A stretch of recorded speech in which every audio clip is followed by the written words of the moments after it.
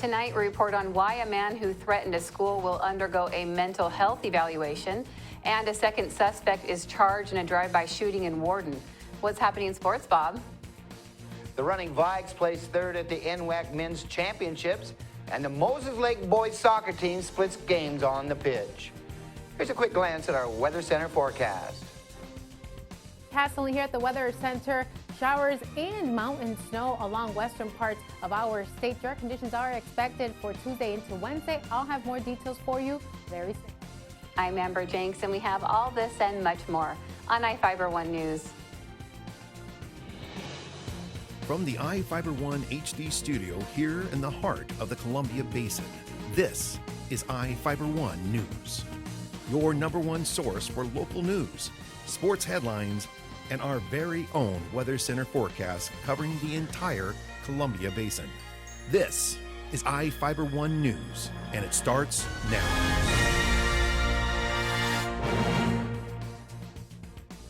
Benjamin Van Tassel is receiving a mental health evaluation to determine if he was competent when he threatened a Coulee City school.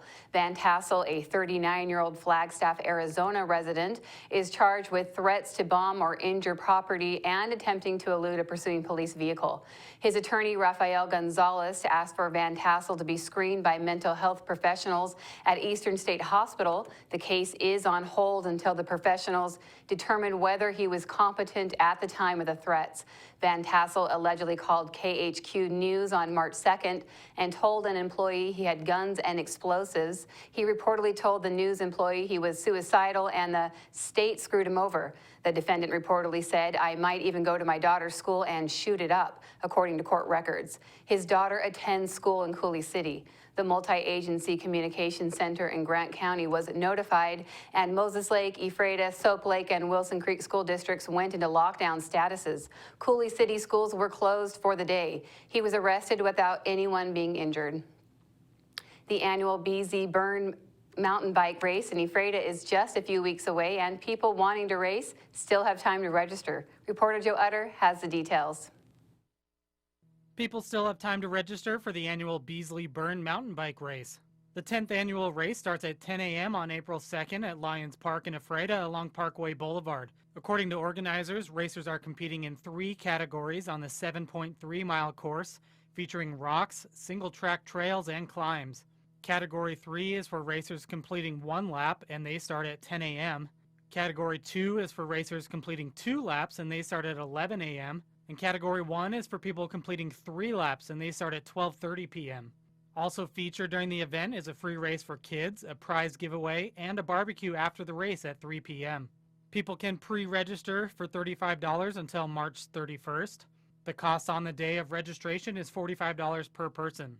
For more information, people can go online to rideviciouscycle.com. This is Joe Utter for iFIBER 1 News. A man shot his gun into the ground to reportedly scare off a dog attacking his pet in Moses Lake. The 45-year-old Moses Lake man was walking with his small dog on East Cherry Avenue on Thursday when a boxer-type dog reportedly got out of a fenced yard and began attacking his dog. According to Moses Lake police, the man was reportedly armed, pulled out a pistol, and fired 1 shot into the ground, scaring off the attacking dog. The boxer's owners were contacted by an animal control officer and were issued tickets for their dog running at large and not having a license. No charges are expected for the man who fired the gun. The man's dog is expected to survive. The Washington Department of Fish and Wildlife Commission is proposing to change the rules for hunting. The public can comment on the proposed changes during public meetings on March 18th and 19th in Moses Lake. The meetings begin at 8 a.m. both days at the Moses Lake Civic Center, located at 401 South Balsam Street. The proposed changes for state hunting rules include deer, elk, and other game species. Many of the proposals include changes for special permit levels, as well as a change related to cougar hunting seasons and the use of bait when hunting deer and elk. The commission plans to discuss the status of wolves in the state and actions the Washington Department of Fish and Wildlife took in 2015 to implement the state's wolf conservation and management plan. Now we take a look at people being sought by law enforcement. This is Sheriff Tom Jones with the Grant County Sheriff's Office. Each of the people you see here have a warrant for their arrest. If you see any of these people, we ask you do not attempt to detain or apprehend them, but call us at 509-762-1160 or send us an email at primetips@co.grant.wa.us. If the person is presenting a danger, call 911. With your help, we can bring these people to justice and make our community safer. We'll be right back after this. Here comes Obamacare, the biggest change in the tax code in 20 years. I'm ABC's Richard Davies with today's tax tip. This year's tax season marks the first time you'll be asked for information regarding your health insurance. Eric Smith of the IRS says for most people, this will be a non-issue. For more than 3 out of 4 taxpayers, the change will involve just simply checking a box on your return. That box indicates that you had health coverage and most likely through your employer. Others who bought government-backed health care and received a tax credit to help them pay for it will have to account for whether they calculated correctly. Kathy Pickering of H&R Block says there'll either be a payment or a refund. When they come in to file their taxes, now they're reconciling how they estimated their income to what their actual income is. The IRS says if you're low income and not required to file a tax return, you don't have to buy health coverage. But for those who could afford it and chose not to, they'll get a fine. With today's tax tip, Richard Davies, ABC News. Now for your iFIBER 1 News Weather Center forecast. Hi everyone, I'm Chasselyn Rodriguez bringing you your local weather. This weather segment is brought to you by Barry Motors, one great place to buy and service a car. Dry conditions are expected with mostly clear skies within the next few days, even for the second half of the work week. For tonight, a little bit breezy with gusts up to 20 to 25 miles per hour. Even for Tuesday, we're expecting conditions to be a little bit breezy. A mixture of sun and cloud is expected for Tuesday. Rain chances are expected mainly towards the coastal area and mountain snow along the higher elevations for the Cascades. Sunny with average temperatures for the second half of the work week. Taking a closer look at our almanac within the past 24 hours, we woke up with temperatures around the normal for this time of year in the lower 30s. Maximum temperatures in the lower 50s, slightly below the normal for this time of year. Should be 53 degrees for this time of year. And that record high of 71 degrees that was last year in 2015, and our sunset at 7:03 p.m. Right now outside your door, partly cloudy skies, temperatures in the lower 50s. Those winds pushing through from the west-southwest up to 19 miles per hour. They could gust up to 23 miles per hour. Mountain snow, coastal showers are likely, and mostly cloudy skies are expected. And also towards the inland northwest, there is that threat of precipitation, mixture of rain and snow, especially through the higher elevations. There is that threat of snow along the Cascades and even towards western parts of the Yakima Valley. For Seattle, you're expecting that threat of precipitation, mainly rain, and also towards the coastal area along Long Beach. Through the morning commute, the threat of showers will continue along the coastal area. Dry conditions are expected for our area here in Ephrata. We're expecting a little bit of cloud cover, but dry conditions are expected Tuesday even into Wednesday. Conditions slowly improving for much of our state. By the second half of the work week, we're expecting dry conditions with mostly sunny skies. Taking a closer look at those maximum temperatures for the coastal area, ranging around the mid 40s to upper 40s for Seattle, with a little bit of cloud cover. For the Yakima Valley, temperatures in the mid 50s, and towards the inland northwest, those conditions will improve. They're expecting partly to mostly sunny skies. Taking a closer look at our Columbia Basin, those maximum temperatures ranging in the lower 50s. For Ephrata, 53 degrees is expected to be the maximum temperature for Tuesday afternoon, with a mixture of sun and clouds for Tuesday. Temperatures in the lower 50s as well for the second half of the work week, but we're expecting abundant sunshine for Wednesday, especially for Thursday, with temperatures remaining in the lower 50s, and then we'll get a gradual increase in temperatures by Friday. Temperatures in the mid 50s and a slight chance of precipitation Saturday night into Sunday. Thank you all for joining us. We'll be right back with sports. Whether you're looking for a bigger car to support your growing family, a new truck for your business, or something to pull that toy of yours, we've got you covered at Barry Chrysler Dodge Jeep Ram and Ephrata. Come see us today and learn why your family, friends, and neighbors buy their cars at Barry. On Basin Street for more than 35 years, and with locations in Moses Lake and Wenatchee, we are one great place to buy a car. Call or click 754-2411 or barrysaves.com. To save some energy, I've used Einstein's mass energy equivalence to design the haptic suits you see in front of you. They will maintain our core body temperature while we completely turn off our heat and air conditioning. With the money we save on our Grant PD bill, I'll be expecting that trip to Disneyland this year. You don't need to be a super genius to save energy and money. Visit grantpud.org to learn how. The running Vikes rolled past defending champion Clark College 99-86 to claim the third-place trophy at the NWAC Men's Basketball Championships. Big Bend opened tournament play with a hard-fought 73-65 win over Highline in round one Friday. The Thunderbirds got within two, 57-55 with 6 minutes on the clock. A late running Vike surge pushed the score to 66-56 with 3 minutes left. Highline's Ty Peacock nailed a shot from long distance to make it 70-65 Big Bend with under a minute to go. The win advanced the running Vikes to a semifinal matchup with Spokane Saturday.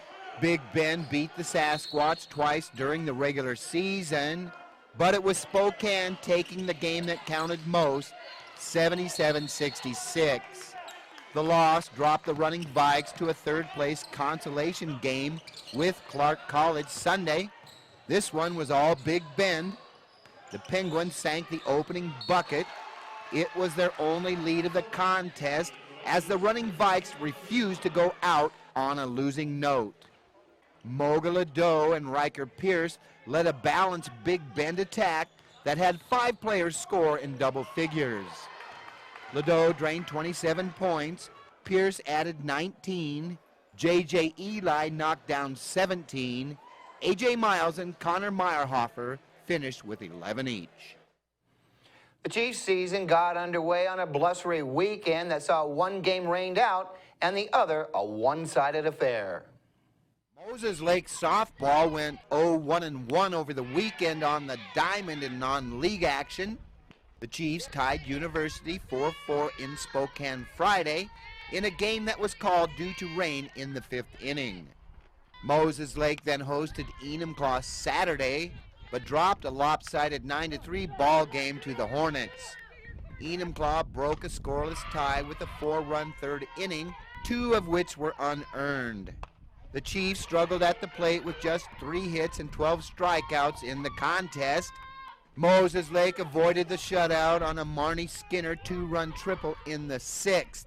The Chiefs are off this week but return to action for the opening of league play March the 22nd at Eisenhower. Moses Lake boys soccer split non-league games on the pitch to open the season. The Chiefs held off Gonzaga Prep 2-1 on a cold, windy Friday evening at Lions Field.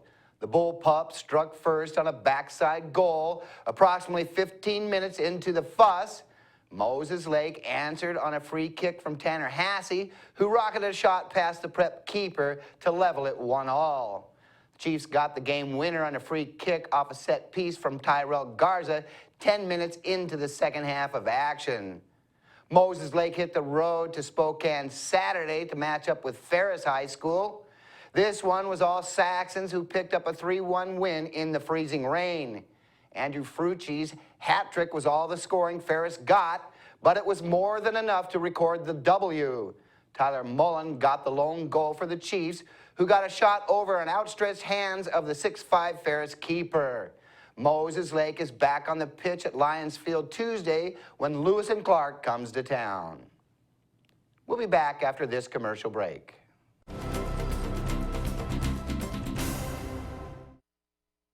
Well, one thing I knew from being a patient myself was that a dental office is a scary place to come to. And so we wanted everything possible to make sure that our office is a comfortable place for our patients to visit.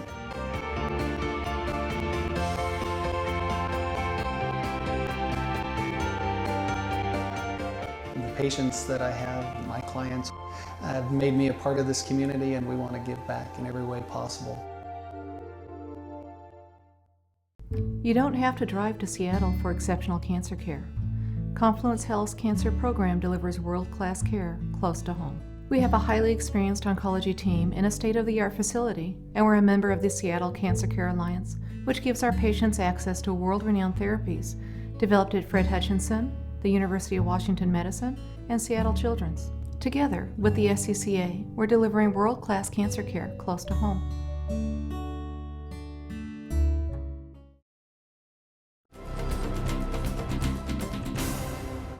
If you drove past Oasis Park in Ephrata on Saturday, you might have seen something odd, something from out of the past. The SCA returned, and Bill Stevenson has a story. There was a castle in Oasis Park in Ephrata. It was part of the annual Society for Creative Anachronism event called War in the Oasis. The group hosting the mock war is a hobby organization focused on recreating the culture and history of the Middle Ages. Participants do everything from making their own clothes to cooking with medieval recipes to practicing the martial arts of fighting in armor with swords. Not real swords, but simulators made of rattan wood. People taking part must wear approved armor and be certified in safety. It was a fake war among friends, and no one was hurt. Many of the people involved said they'd take part because they enjoy history and the camaraderie of being part of the community. For iFIBER 1 News, this is Bill Stevenson. People were buying bagels at Frontier Middle School in Moses Lake during the weekend. The Bagels for Books event was to raise funds for the Moses Lake Public Library to replace shelves. We wanted to raise the focus in the community about the needs of the library, and we thought a great way to do it would be to have a family event, and we had a children's choir here today, and we wanted to show everyone what the needs were and how much the library is really used. So we had 10 local authors here today who were signing their books and just making their presence known. A lot of people aren't aware of how many authors we actually have here in the Columbia Basin. We're currently raising funds to replace the shelving in the library. When the shelving was built into the library, it was actually built into the foundation of the floor, and so we are looking to buy mobile shelving to be able to use the area better. And so today's fundraising and the fundraising that we've been doing all year is to improve the shelving and replace it. We're hoping that we reached about $2,500 today with the event. We went through probably over 200 bagels today. It was a good time. I thought the turnout was really good considering the rain this morning, and I think people just wanted to come in and enjoy the music from the children and the bagels and the coffee and just be with everybody who appreciates the literature in our area. We'll be right back after this.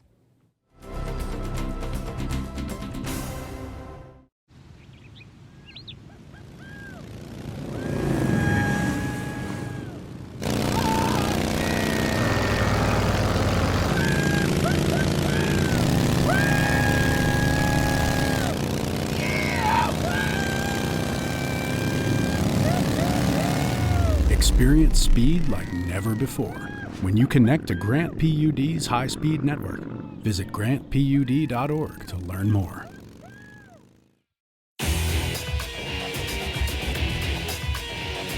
We are real students, and this really is our college. My dream will change the outcome of my life. My college is allowing me to achieve my dream. My dream is to be a pilot. My dream is to be a nurse. Only you can determine your dream. Big Bend will help you get there. What's your dream?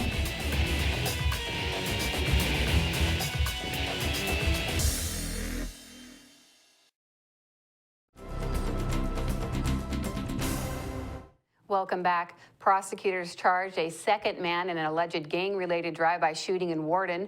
Prosecutors charged Christian Gomez, a 19-year-old Warden resident, in Grant County Superior Court with assault in the first degree and drive-by shooting.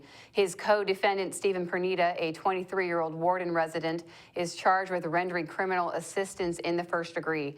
Pernita was reportedly driving a Dodge Intrepid on October 30th with Gomez when they approached an Adams Avenue home where rival gang members lived. The victim, a rival gang member, reportedly became upset with the men for coming to his house and disrespecting him. When the argument ended, Gomez reportedly rolled down the vehicle's window, pointed a gun at the other man. The car reportedly turned around and Gomez fired a round at him. The bullet allegedly hit the tire of a nearby Pontiac Grand Am. Representative Dan Newhouse announced the start of the 2016 Congressional Art Competition for the 4th District. Each spring, the Congressional Art Institute sponsors a nationwide high school visual art competition. The winning entry is displayed in the United States Capitol, and this year's winner receives 2 airline tickets to visit Washington, D.C. to attend a reception at the Institute. 2 runners-up will have their artwork on display at the 4th Congressional District's offices in Yakima and Richland. The competition is open to all high school students living in central Washington. Students can submit various types of art ranging from painting to drawing, photography, and mixed media pieces. The deadline to submit a piece is April 27th. In Northwest news, a 3-year-old girl in Spanaway, Washington is too sick to travel, but that hasn't stopped her from seeing the sights. In fact, she has them right at her fingertips. Como's Lindsay Cohen has the story. That's a big one. Little Ellie Walton loves dinosaurs and dancing. Yeah. Her world is this room, this house, and her family. Her parents want her to see the world outside of that. Yep. But cancer might rob her of that chance. There's always that in the back of your mind that, you know, she may not.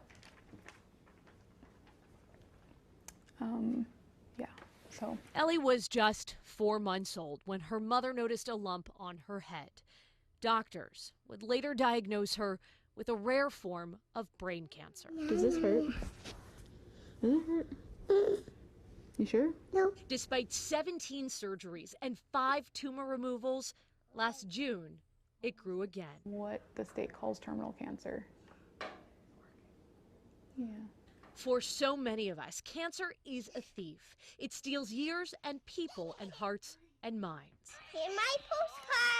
But in this case, it is actually giving something to this family. So now you can start collecting countries. A chance for them to see that world. And you're a very brave little girl. Right from their very own living room. Hope you will be there soon to see it yourself. Get well. Mom put out the call for postcards. And soon they started coming from Stockholm to South Korea. The world has so much to offer you. You both should be able to travel and see different countries. 500 cards in just the past month. From Turkey.